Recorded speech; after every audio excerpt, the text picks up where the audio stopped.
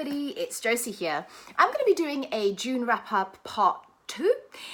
So I've read quite a few books this month, so that's why I'm kind of splitting it into like 3 or 4 different wrap-ups, because otherwise they get too long and I can't really say what I need to say.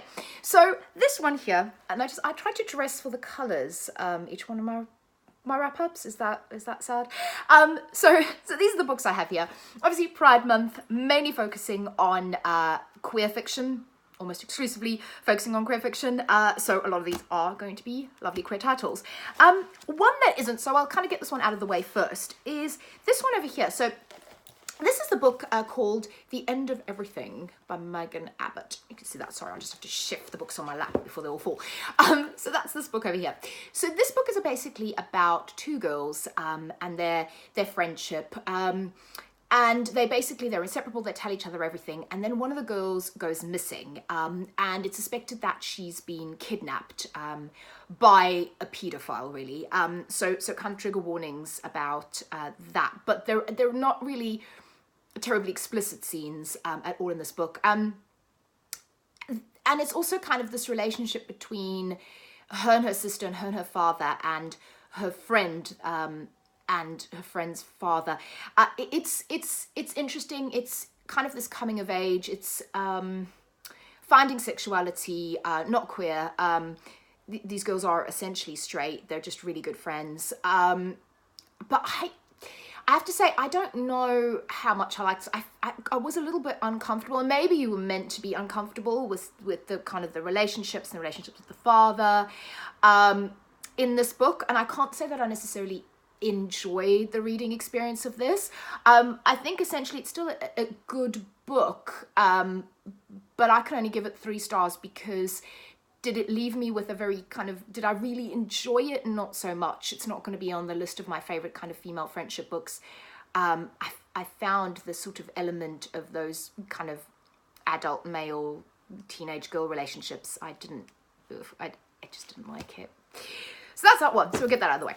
Then the others, these are all wonderful queer titles. So the first one, we'll go with the yellow theme, is this one over here. It's We Are Never Meeting in Real Life. And Samantha Irby is, first of all, a great cover. She is a journalist and she writes essays. And this is basically a book of essays, so about her life. And she is a comic as well. She's very funny. And this is basically talking about her being a woman of color, being a woman who is queer. It kind of details her life, her sexual escapades. So she has had relationships with both men and women. And she ends up marrying a lady. And it's very real. It's very brutally honest. You know, every now and again you go, oh God, can't believe you said that.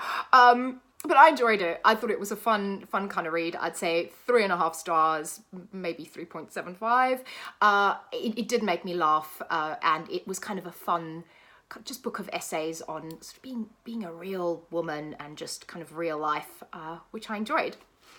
Then the next one, actually I lied, there was one more that wasn't actually queer that I read this month, and that was this one. So this is The Merciless by Danielle Vega. I'm trying to pick that up because I really love this cover.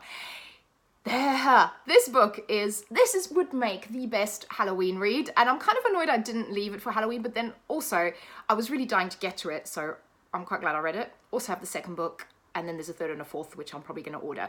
So basically this is not highbrow at all. This is, I think someone said Mean Girls meets sort of exorcism and witches, and not really witches, more kind of exorcism, devil, demons.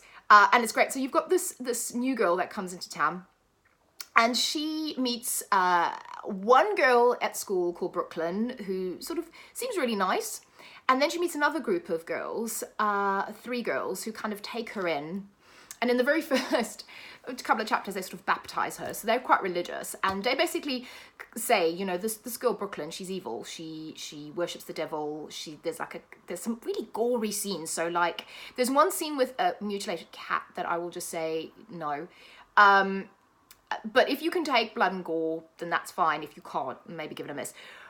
But they basically say, look, she's the devil. She worships the devil. She's evil. She needs to be exorcised. And then this book kind of centers around the exorcism. And I mean, I enjoyed it. It's a hell of a fun teen, crazy ass horror book. And I mean, I give this 4 stars. I really enjoyed it. I don't know what this is about me. And I'm definitely going to read the next one soon. So I like this. This was fun. No queer ladies, but lots of ladies. What I like about this is it had really female characters. All the characters, like a guy pops up as a little sidebar once, but it's all led by women, and it also shows that women can be quite violent. Not as cute and sweet as innocent as you think. So I quite like that. The next one, and we'll stick with pink, is this over here. Is Ali Smith, Girl Meets Boy. I love this book. I'm not sure that I expected to. So this is one that probably snuck up on me.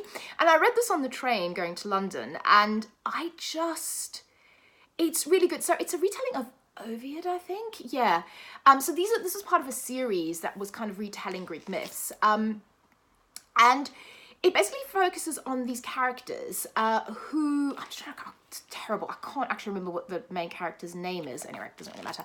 But so you've got 2 characters. You've got sisters, and it's interesting because the perspectives shift between the 2 of them. So you've got one kind of section that's from one of the sisters and then from the other sister.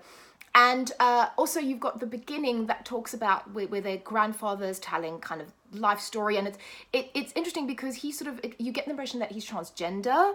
But then also one of the sisters is queer, and it's this really lovely, so you've got this thing where her sister is sort of freaking out, like, oh, my sister's gay, what does that mean?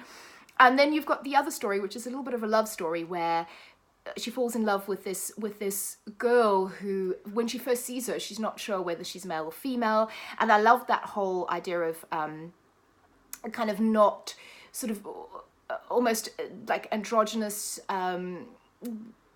a gender identity. It's really interesting. I think it has a lot of elements that focus. It's a really small book, but it has a lot of elements on kind of gender and switching genders and how gender isn't really such a big deal. And I did like the bits where her sister sort of freaks out. It's like, oh my God, she's gay. What does that mean for me? So that was kind of interesting too. But I think I was really struck by the romance element of these two women meeting. And I liked the writing style. I don't know what it was about this book. It really kind of captured me. And I really enjoyed it. So I would say this is like a 4.5, maybe even 5-star read for me. I just really liked it. Then the next one I've got here is, talking about witches, is Fire. So this is the second book in the Engelsfort trilogy, and this is translated from Swedish, and it's basically a high school teen witches in Sweden. Kind of like Crafty, you've got this group of girls that have been discovered that they have powers, and there's kind of demons after them, and this is the second book, and these are big, massive books, but yet they are fun every second. I think it's like 700 pages. It's fun and entertaining, and I cannot wait to read the last one, which is the key to find out kind of what happens to the girls. But what is nice about these as well is that you've got these girls that are very real. And I think, as I said in a previous video, because it's not American, I feel like it's the attributes, the way they look, everything feels more real. And you've got queer characters, and there's a beautiful budding romance in this, and you're just kind of, I'm shipping these characters. So I definitely need to read the last one. I'm hoping that my ship comes true in the last of the trilogy. But I love this. I gave this 4 stars. I gave the first one 4 stars. Cannot wait to read the other one. And then the last 2 books are by the same author, and that is the fabulous Jeanette Winterson. And look at those covers. So these 2 I managed to get from Oxfam, from the charity shop, and it kind of, I've got another one which is The Passion. It's also in this beautiful, like almost kind of old, I think these are actually sort of first edition-ish types covers, which I really like, these sort of vintage covers. So this is published in 1996, but I just think they're gorgeous, so I kind of like the cover. So this is Oranges Are Not the Only Fruit.